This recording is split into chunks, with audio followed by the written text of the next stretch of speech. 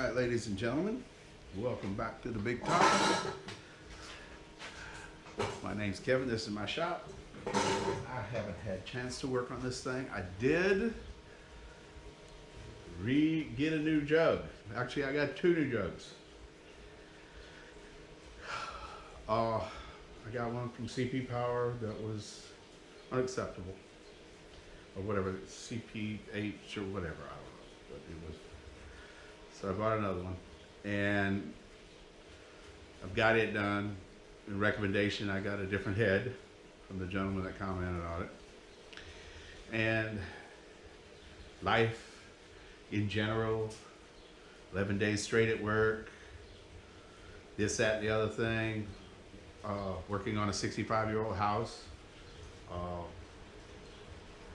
life gets in the way sometimes. So I've got a little bit of chance here to get away from everything and get a little work done on this thing. So that's what we're going to do. Let's get to it.